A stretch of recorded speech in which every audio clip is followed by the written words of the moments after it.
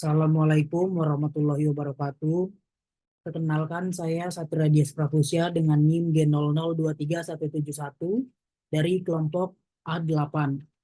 Baiklah, di sini saya akan menjelaskan laporan anatomi terkait anatomi sistem kardiorespirasi faring, core, diafragma, dan juga mediastinum. Oke, lanjut aja. Kita ke faring terlebih dahulu. Baik, ini untuk struktur faring. Bisa dilihat aja di faring itu ada pars nasalis pharyngeus, pars oralis pharyngeus, dan juga pars laryngea pharyngeus. Sorry. Oke. Kita next saja ke nasofaring.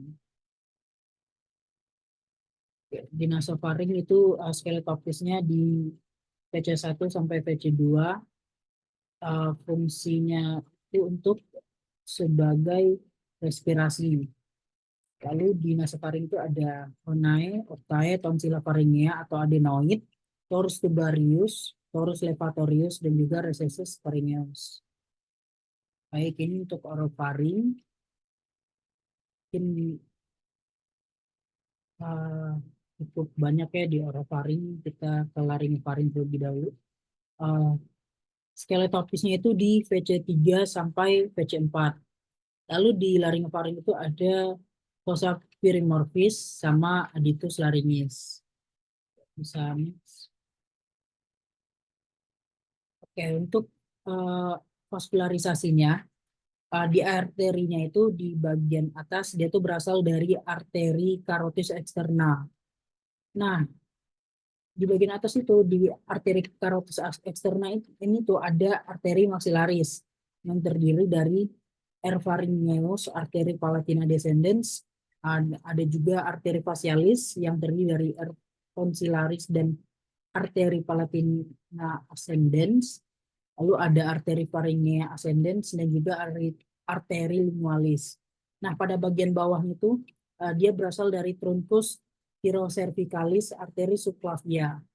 Yang mana di sini itu ada arteri thyroidea inferior yang terdiri dari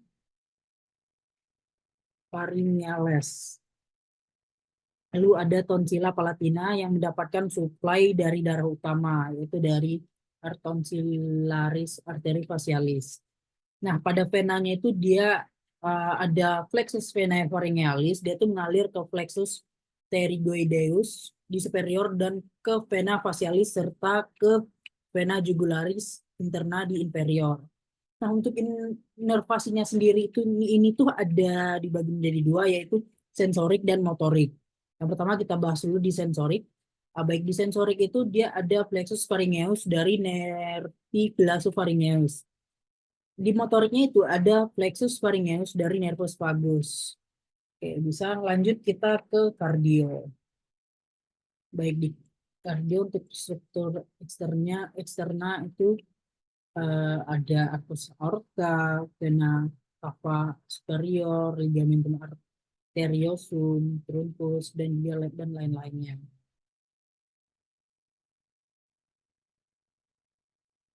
Oke.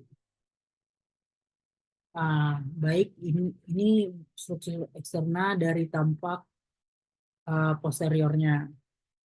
Ini dari tampak posteriornya seperti ini. Oke, bisa lanjut. Baik, kita lanjut ke skeleton cordis. Skeleton cordis ini tuh fungsinya untuk apa sih? Dia tuh fungsinya tempat melekatnya miokardium, yaitu sebagai kerangka core.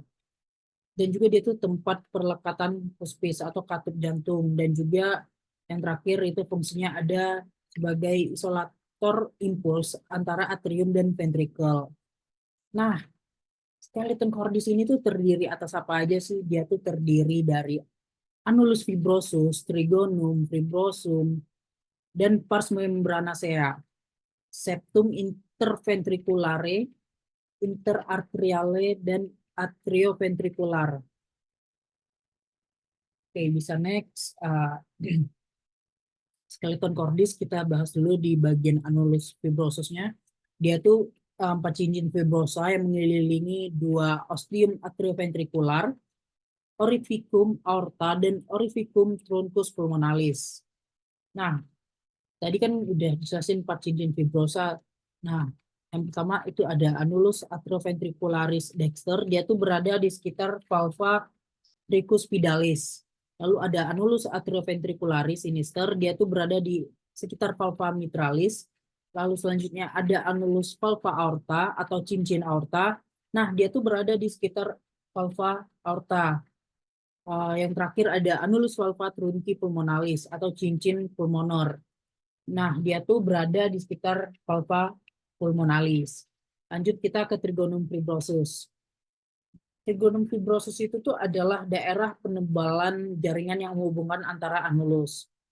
Trigonum fibrosum itu dibagi menjadi dua, yaitu trigonum fibrosum dextrum dan juga di trigonum fibrosum sinistrum. Trigonum fibrosum dextrum dia tuh di antara anulus fibrosus valva aorta dan anulus atrioventricular dextra. Di trigonum fibrosum sinistra dia terletak di antara anulus fibrosus valva aorta dan anulus atrioventricular sinistra. Oke, bisa kita next. Baik ini untuk skeleton cordisnya bisa dilihat dari tadi yang sudah dijelaskan valva pulmonalis, valva aorta, valva atrioventricular sinistra atau valva mitralis. Lalu ada valva atrioventricular dextra atau valva tricuspidalis. Oke, bisa kita next. Lanjut kita bahas struktur interna dari antrium dextra. Bagian halusnya itu sinus venarum cavarum. Nah, sedangkan bagian kasarnya itu musculus pectinati atau auricula dextra.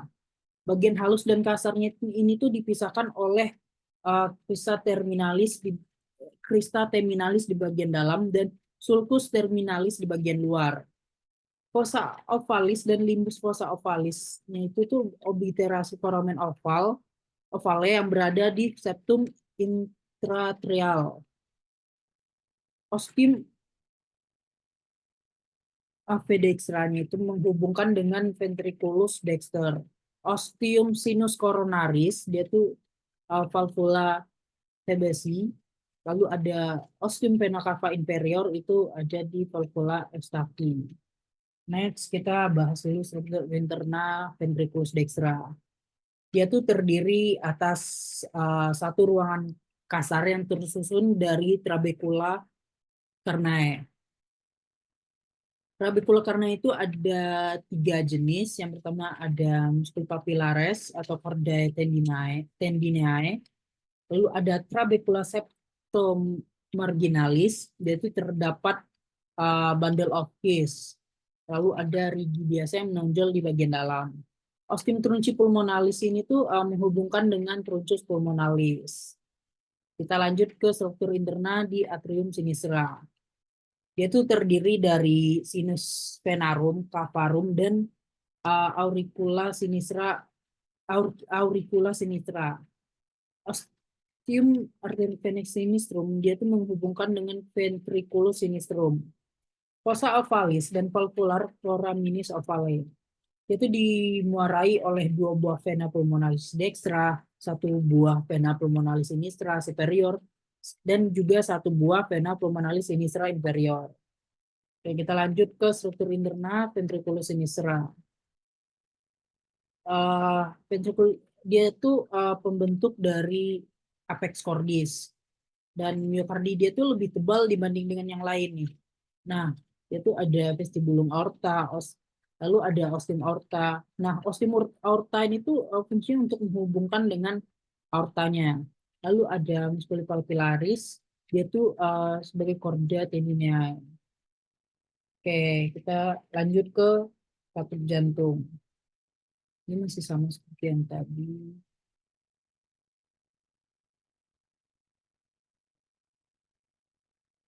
Oke, katup jantung itu left atriumnya, atrium kirinya ada seperti bentuk bulatan. Lalu pada ventrikelnya itu seperti seperti itu. Nah, baik ini kita lihat kalau misalnya apa di speed valve-nya kebuka, jadi bentuknya itu kayak gini dia, jadi dia masuk dalam. Sedangkan kalau dia ketutup bagian buku speednya ini, buku speed valve-nya ini, jadi dia tuh tutup kayak gini, kayak ketutup gitu. Next, oke lanjut kita bahas diafragma dan mediastinum. Oke, pada diafragma. Diafragma itu tuh pembatasnya ada cavitas thoracis dan juga cavitas abdominis. Nah, dia tuh ada dua bagian, yaitu pars muscularis di bagian perifernya, yaitu isinya ada pars sternalis, costalis, dan juga lumbalis. Di sentrum lalu ada sentrum tendineum yang ada di sentral. Oke, kita bahas dulu diafragma. Ini untuk gambar diafragmanya. Baik, eh, untuk pars muscularis yang pertama itu ada pars sternalis, dia tuh terletak di sini. Lalu ada pars costalis, dia di sini. Lalu um, yang terakhir itu pars lumbalis, di sini. Oke, Oke, next kita bahas centrum tendineum. Hiatus aorticusnya itu setinggi VTH 12 dan dia tuh dilalui oleh aorta, ductus thoracicus, vena azygos dan juga hemiazygos. Lalu ada hiatus esophagus, dia tuh setinggi VTH 10, dia tuh dilalui oleh esophagus, nervi vagi, plexus esophagii, arteri gastrica sinistra, arterial gastrica sinistra. Lalu ada foramen vena cava mogagni, dia tuh setinggi VTH 8, dilalui oleh vena cava inferior, nervus phrenicus dexter pasa lymphatica. Lalu ada trigonum sternocostale atau lari. Dia tuh dilalui oleh arteri vena epigastrica superior dan pasa lymphatica.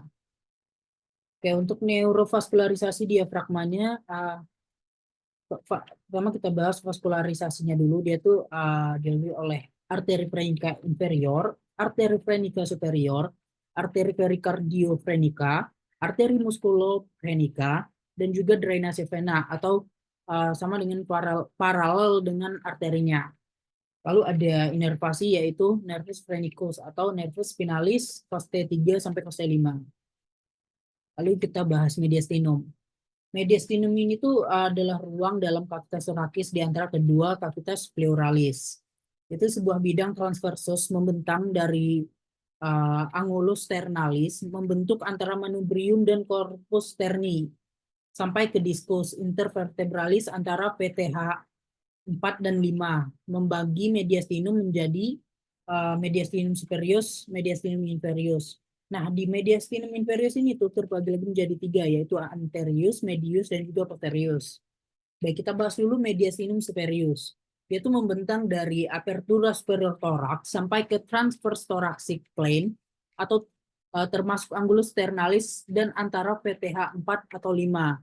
Dia tuh berisi dari timus, trakea, esophagus, artus aorta dengan 3 cabang besarnya, vena brachiocephalica dextra dan sinistra, vena intercostalis superior sinistra, vena cava superior, nervus vagus, nervus laryngeus recurrent, nervi phrenici, ductus thoracicus, dan nervi kecil lainnya, pembuluh-pembuluh darah, dan pembuluh limfe. Lalu lanjut ke mediastinum inferior anterior. Letaknya itu tuh di anterior pericardium, di posterior sternum, dan influx transversus thoracis. Isinya itu ada sisa-sisa dari timus, nodi limfatiki, lemak, jaringan ikat longgar. Lalu mediastinum inferior media. Letaknya itu tuh di antara cavitas pleura dextra dan sinistra. Isinya itu ada core, pericardium, nervus phrenicus, pangkal aorta, arterial, dan vena pulmonalis, vena cava, bronchi primarii. Lalu lanjut yang terakhir, yaitu mediastinum inferior posterior. Letaknya itu tuh di posterior pericardium di antara pleura mediastinalis. Isinya itu ada esophagus, aorta thoracica, vena azygos dan hemiazygos, ductus thoracicus, nervus vagus, truncus sympathicus dan juga nervus vanicus. Oke, baik ini untuk daftar pustakanya. Baik, terima kasih. Mungkin itu saja yang dapat saya sampaikan. Jika saya ada salah kata, saya mohon maaf. Saya akhiri. Wassalamualaikum warahmatullahi wabarakatuh.